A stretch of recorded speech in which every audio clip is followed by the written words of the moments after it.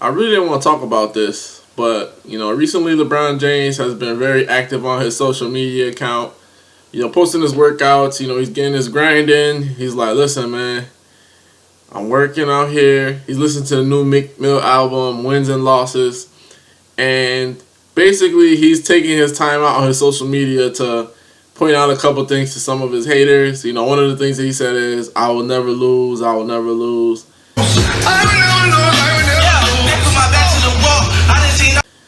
One of the Meek Mill songs or whatever. If you heard the album, I haven't heard it, so that's a song up there. And to me, this is not really news or anything to talk about. LeBron James responding to his haters, because at the end of the day, that's what people use their social media for. They use it as their own platform to do whatever the hell they want to do. So it's not really a big deal, but everybody's talking about it. So I'm just basically gonna give you my take on the whole situation with him and posting on social media.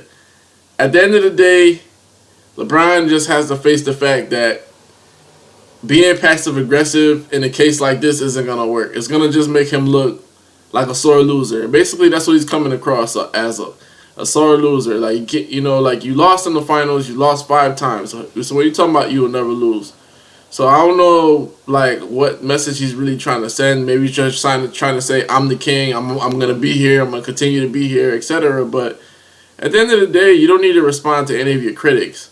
Like, a critic is just a critic, man. Like, at the end of the day, when we're here talking about LeBron James, we're not as great of an athlete as he is. So he should basically take what we say with a grain of salt, because we can't ball like he can. So, what I'm saying? Like, he should take solace in the fact that he has 3 NBA championships and he has multiple MVPs. You don't need to send these cryptic messages, these passive-aggressive messages. And you know who he's responding to. He's responding to Michael Jordan. He's responding to Kevin Durant, saying he's better than him. He's responding to Kyrie Irving, saying, basically, I want to leave the Cleveland Cavaliers. He's responding to all these people with all these little posts on Snapchat, on his Instagram. And it's corny. It's corny. When you lose, you gotta basically disappear. You have to go somewhere in the dark recesses of your life and only appear when it's time for the season for the ball to get tipped again. Because you lost. And you lost convincingly. When Magic Johnson, he lost in the 80s, they called him Tragic Magic or whatever. Tragic Johnson. That's how bad it was when he had a horrible finals performance.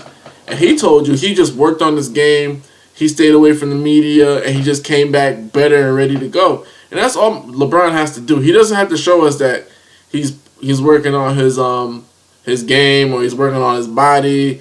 He doesn't have to send these little cryptic shots. He doesn't have to respond to anybody. But here's the thing. If you are going to respond to somebody, say their name. Say their name. Stop being passive-aggressive.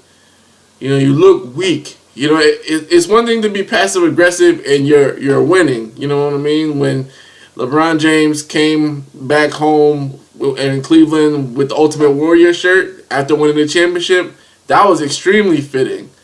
When he did the cookies thing at his Halloween party, that was taking a little overboard, but that's fitting as well.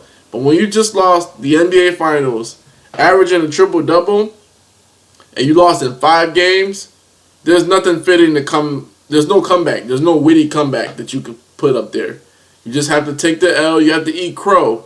The thing that a lot of people just dislike about LeBron James is the simple fact that there's certain things he just won't accept.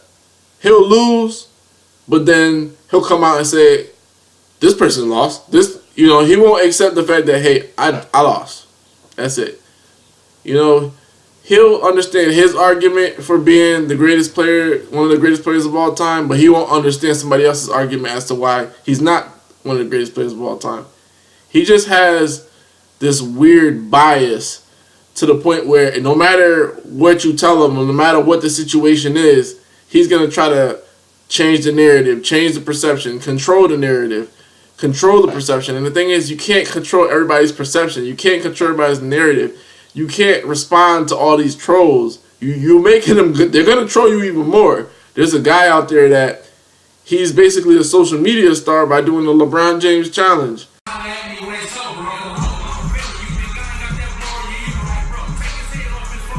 boom, boom, boom. Hit the rolling stone with the rolling on. Jack fully.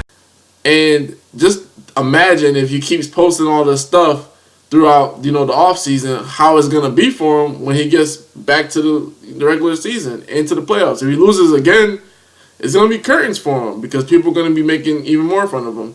He just has to accept the situation as it is.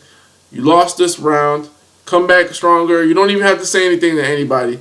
And personally, it's his social media. He could do whatever he wants on it. So I'm not opposed to that as well. So I'm just talking about it because everybody's making a big deal about it. Him responding to his haters when everybody responds to their haters on social media all the time. So you could either look at it as sour grapes for LeBron or just mind your own business and let the man do what he wants on his social media. This is Vlad from Hoops Junction, where Hoops meets Hoopla. Peace.